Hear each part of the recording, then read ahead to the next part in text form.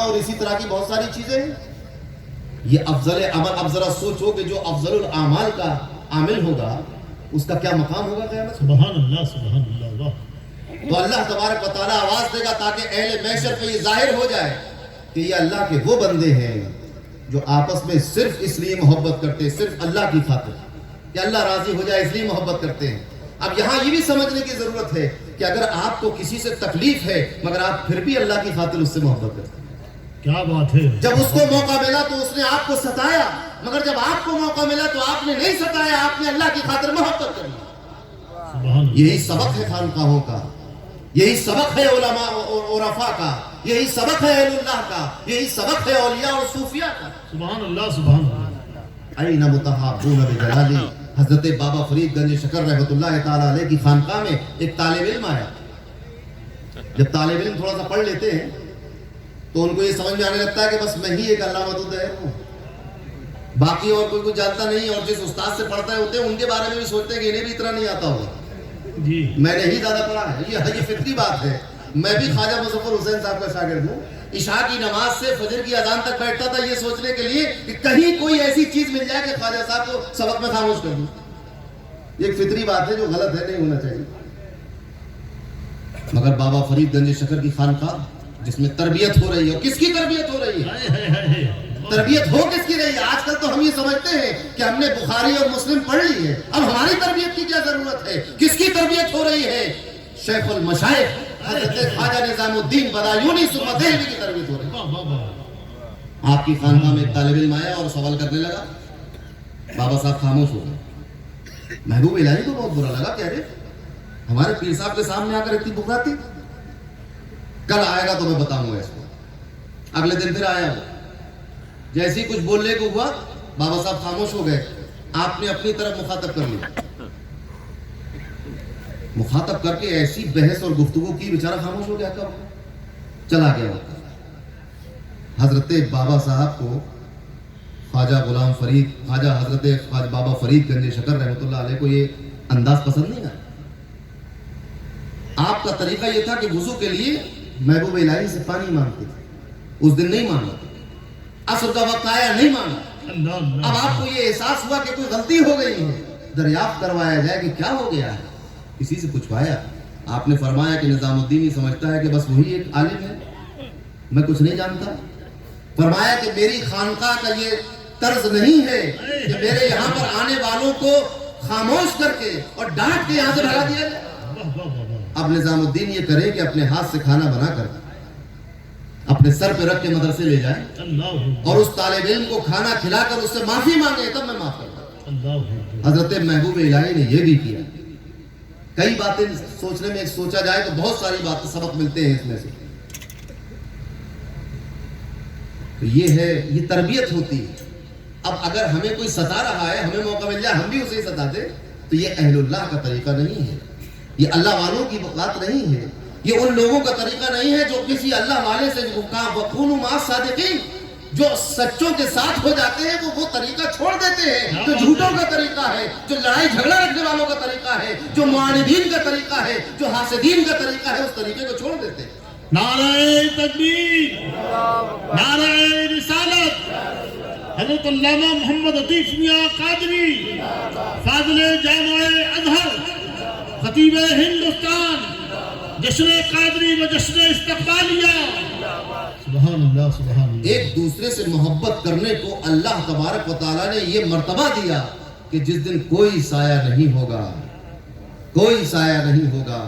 اس دن فرمایا کہ میں اپنے ان بندوں کو آواز دے کر بلاؤں گا, اعلان کیا جائے گا. فرمایا کہ الیوم, یہ وہ دن ہوگا, اذلھم فی ذلی, جن کو میں اپنے سائے میں جگہ دوں گا, کھڑا کر لوں گا. اور یہ ایسا دن ہوگا یوم لا ذل الا ذلی, کہ میرے سائے کے علاوہ اور کوئی سایہ بھی نہیں ہوگا. امام مسلم نے اس حدیث کو روایت کیا. یہ تو میں نے ترتیب کے اعتبار سے امام مسلم کی پہلے سنا دی آپ کو. مسند احمد میں, طبرانی میں بھی اس طرح کی حدیثیں ہیں. المتحابون بجلالی فی ظل عرشی یوم لا ظل الا ظلی, آپس میں میری خاطر آپس میں محبت کرنے والوں کو میرے عرش کے سائے میں کھڑا کیا جائے گا، اور یہ وہ دن ہوگا جس دن میرے سائے کے علاوہ کوئی سایہ نہیں ہوگا۔ نبی کریم صلی اللہ علیہ وسلم آگے فرماتے ہیں، مسند احمد کی طبرانی کی حدیث، فرماتے ہیں کہ اے لوگوں اسمعوا واقلوا، اے لوگوں غور سے سنو اور اس کو سمجھو، ان للہ عز وجل عبادا، اللہ پاک کے کچھ بندے ایسے بھی ہیں، لیسوا بانبیاء ولا شہداء، جو نہ نبی ہوں گے نہ شہید ہوں گے۔ قیامت کے دن اللہ کے پاس کچھ ایسے بندے بھی ہوں گے اللہ کے کہ جو نہ نبی ہوں گے، غور سے سنو سمجھ لو اس بات کو، لیسوا بانبیاء، وہ نبی نہیں ہوں گے، ولا شہداء، اور وہ شہید نہیں ہوں گے، مگر ان کی شان محشر میں یہ ہوگی، یغبطہم الانبیاء والشہداء، انبیاء شہداء دیکھ کر رش کریں گے کہ یہ مقام و مرتبہ، نہ تو یہ نبی ہے نہ شہید، یہ مقام و مرتبہ، علی منازلہم، کس پر رش کریں گے؟ ان کی منزلوں پر، ان کے مرتبوں پر رش کریں گے، وقربہم من اللہ، اور اللہ سے جو ان کا قرب ہوگا اس پر رش کریں گے۔ سبحان اللہ سبحان اللہ۔ پوچھا گیا یا رسول اللہ، ایک اعرابی نے پوچھا، باہر سے آئے تھے، شہر کے نہیں تھے، بیٹھے ہوئے تھے اپنے گھٹنوں پہ ہاتھ رکھے ہوئے، جیسے دیہاتی لوگ بیٹھ جاتے ہیں، اسی سے استنباط کیا جاتا ہے کہ خطبے کے دوران گھٹنے پہ ہاتھ رکھ کے بیٹھنا جائز ہے۔ خطبے کے دوران اپنے گھٹنے پہ ہاتھ رکھے ہوئے بیٹھے تھے، تو انہوں نے پوچھا یا رسول اللہ ان کی صفات بیان کیجیے، وہ کون لوگ ہیں؟ خطبے کے دوران پوچھا، جب یہ پوچھا تو نبی کریم صلی اللہ علیہ وسلم کے رخ زیبا پر فرحت کے آثار ظاہر ہوئے۔ سبحان اللہ سبحان اللہ۔ آپ خوش ہوئے کہ میرا صحابی، میرا پیارا خادم کو اس کو علم حاصل کرنے کی اتنی خواہش ہے کہ ان سے پوچھ رہا ہے کہ یا رسول اللہ بتائیے ان کے بارے میں۔ کیا کہنے، آپ ذرا سوچو کہ ایک دیہاتی صحابی کو بھی یہ معلوم تھا کہ وہ لوگ جو قیامت میں اللہ کے خاص ہوں گے، جنہیں دنیا میں کوئی نہ جانتا ہے، اس کو بھی رسول جانتے ہوں۔ سبحان اللہ یہ عقیدہ ہے صحابیوں۔ آج لوگ پڑھ لکھ کر اس بات کا انکار کرتے ہیں کہ رسول اللہ تو جانتے ہی نہیں ہے کل کی بات، مگر ایک دیہاتی صحابی اس بات کو جانتا ہے کہ رسول اللہ وہ کون لوگ ہیں۔ اگر ان کو یہ عقیدہ ہوتا کہ رسول اللہ کیا جانے قیامت میں کون ہوگا اللہ کا خاص بندہ، کیوں پوچھتے یہ بات؟ اور اگر پوچھ ہی لی تھی رسول اللہ فرماتے کہ میں کیا جانتا ہوں، وہ تو اللہ جانتا ہے اس کے کون بندہ نہیں۔ خوش ہوئے، فرمایا ہم ناس من افناء الناس، مختلف لوگ ہوں گے، ایک قبیلے کا نہیں ہوگا۔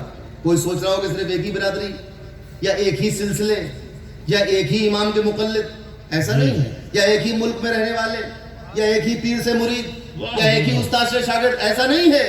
فرمایا کہ مختلف لوگ ہوں گے، کیا بات ہے، نوازل القبائل، اور وہ مختلف قبیلوں کے ہوں گے، لم تصل بینہم ارحام متقاربہ، سبحان اللہ۔ اور وہ ایسے ہوں گے کہ آپس میں رشتہ داری بھی نہیں ہوگی، کیا بات ہے، کوئی رشتہ داری نہیں ہوگی۔ آپ ذرا بتائیں غریب نواز میں اور ہم میں کوئی رشتہ داری ہے؟ نہیں۔ غوث پاک میں اور مجھ میں کوئی رشتہ داری ہے؟ حضرت خواجہ نقشبند میں اور ہم لوگوں کو رشتہ داری ہے؟ اچھا حضرت خواجہ نقشبند اور غریب نواز میں کوئی رشتہ داری؟ کیا رشتہ داری؟ حضرت معروف کرخی اور جنید بغدادی میں کوئی رشتہ داری؟ کوئی رشتہ داری نہیں۔ ان لوگوں میں آپس میں کوئی رشتہ داری نہیں ہوگی، یعنی قبیلے خاندان کے نہیں ہوں گے، ایک دوسرے کو جانتے بھی نہیں ہوں گے۔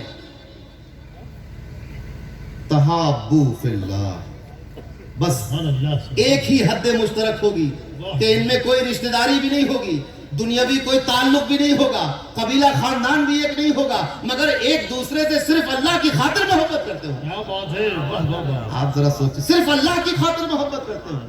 جب غوث اعظم نے اللہ کے حکم سے ارشاد فرمایا قدمی حاضی علی رغبت کل ولی اللہ، تو صرف ان کے بیٹوں نے یہ نہیں کہا کہ ہماری گردن پر نہیں، بلکہ اللہ کی خاطر ان سے محبت کرنے والے ہر ولی نے کہا بل علی راسی و عینی، میری سر پر بھی ہے، آنکھوں پر بھی ہے، گردن پر بھی۔ نعرہ تکبیر، نعرہ رسالت، فیضان غوث اعظم، حضور تاجدار اہل سنت، خطیب ہندوستان، نعرہ رسالت۔ اللہ کی خاطر محبت، نہ جان نہ پہچان، نہ ملاقات ہوئی کبھی، نہ مرید ہوئے آپ سے، دنیا کے الگ الگ مختلف مقامات پر اپنی اپنی خانقاہوں میں، پہاڑوں کی چوٹیوں پر، جنگلوں میں، بیابانوں میں اولیاء عبادت میں مصروف تھے، مگر غوث پاک کا حکم سن کر سب نے گردنیں جھکا دی۔ بے شک یہ ہے متحابون بجلالی، واہ واہ اللہ کی خاطر محبت کرنے والے، غوث اعظم سے محبت کرنے والے. یہ مثال کے طور پر سمجھایا. تو یہ وہ لوگ ہوں گے جو اللہ کی خاطر ایک دوسرے سے محبت کرتے ہوں گے. تو کیا ہوگا؟